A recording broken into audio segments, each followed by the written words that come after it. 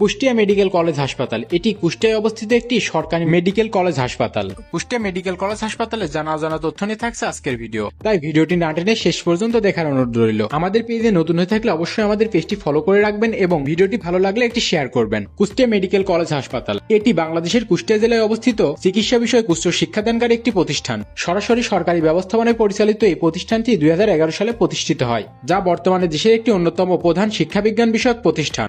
এখানে 1 বছর মেয়াদী হাতে কলমের শিক্ষা সহ ইন্টার্নশিপ, স্নাতক পর্যায়ে 5 বছর মেয়াদী MBBS শিক্ষাক্রম চালু রয়েছে, যেখানে প্রতি বছর 100 জন শিক্ষার্থীকে ভর্তি করা হয়ে থাকে। কুষ্টিয়া শহরের ঢাকা টু কুষ্টিয়া মহাসড়কের হাউজিং অংশে 2013 সালে কুষ্টিয়া মেডিকেল কলেজের স্থায়ী ক্যাম্পাসের নির্মাণ কাজ শুরু হয়। প্রথম দিকে কুষ্টিয়া ম্যাটসের একাডেমিক ভবনে সকল প্রশাসনিক কার্যক্রম চলে আসছিল। 2022 সালের 3 এপ্রিল কলেজের স্থানীয় ক্যাম্পাসে নিয়মিত ক্লাস এবং প্রশাসনিক কার্যক্রম শুরু হয়। 1978 থেকে 1969 সালে বাংলাদেশ সরকার দেশের স্বাস্থ্যসেবা উন্নয়নের লক্ষ্যে বগুড়া, কুমিল্লা, দিনাজপুর, ফরিদপুর, কুষ্টিয়া, খুলনা, নোয়াখালী এবং পাবনায় মেডিকেল কলেজ স্থাপনের পরিকল্পনা করেছিল। পরবর্তীতে পরিকল্পনাটি স্থগিত করা হয়েছিল।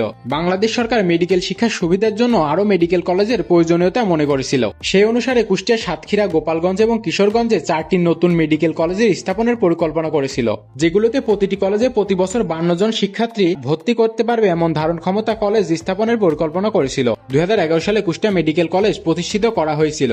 2011 সালে কলেজটি সাধারণ হাসপাতালের একটি অংশ হিসেবে শিক্ষা কার্যক্রম শুরু করেছিল। কলেজের সাথে 250 শয্যা বিশিষ্ট কুষ্টিয়া জেনারেল হাসপাতাল রয়েছে। 2023 সালের 14 নভেম্বর বাংলাদেশের সাবেক প্রধানমন্ত্রী তথাকথিত স্বৈরাচারী শাসক শেখ হাসিনা কলেজটি উদ্বোধন করেন। 20 একর জায়গার উপর 275 কোটি টাকা ব্যয়ে কুষ্টিয়া মেডিকেল কলেজের স্থায়ী ক্যাম্পাস নির্মাণ কাজ শুরু হয়েছিল। কুষ্টিয়া মেডিকেল কলেজে ছেলে এবং মেয়েদের জন্য আলাদা আবাসনের ব্যবস্থা রয়েছে।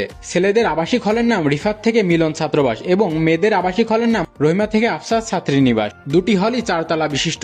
এছাড়াও ইন্টার্ন ডাক্তারদের জন্য আলাদা ভবনের নির্মাণ কাজ চলমান আছে। অল্প কয়েকদিনের ব্যবধানে বাংলাদেশে বেশ কিছু পরিবর্তন ঘটেছে, সরকারও পরিবর্তন হয়েছে।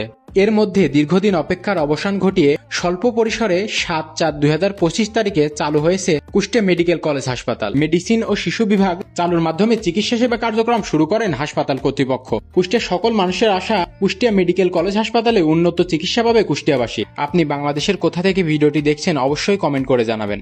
কুষ্টিয়ার মানুষ হয়েও এখন পর্যন্ত কিন্তু অনেকেই কুষ্টিয়া মেডিকেল কলেজ হাসপাতালে আসেন নাই। অনেকে এও জানেন না এটি অলরেডি চালু হয়েছে। আমাদের ভিডিওটি দেখার পর আপনার মনের সব কনফিউশন দূর হয়ে যাবে। তাই আমাদের ভিডিও দেখে যদি একটু উপকৃত হয়ে থাকেন, পেজটি ফলো করে রাখবেন এবং ভিডিওটি শেয়ার করবেন। আজকের মতো এ পর্যন্তই। দেখা হবে আবার নতুন কোনো ভিডিওতে। ততদিন সবাই ভালো থাকবেন, সুস্থ থাকবেন। আল্লাহ হাফেজ।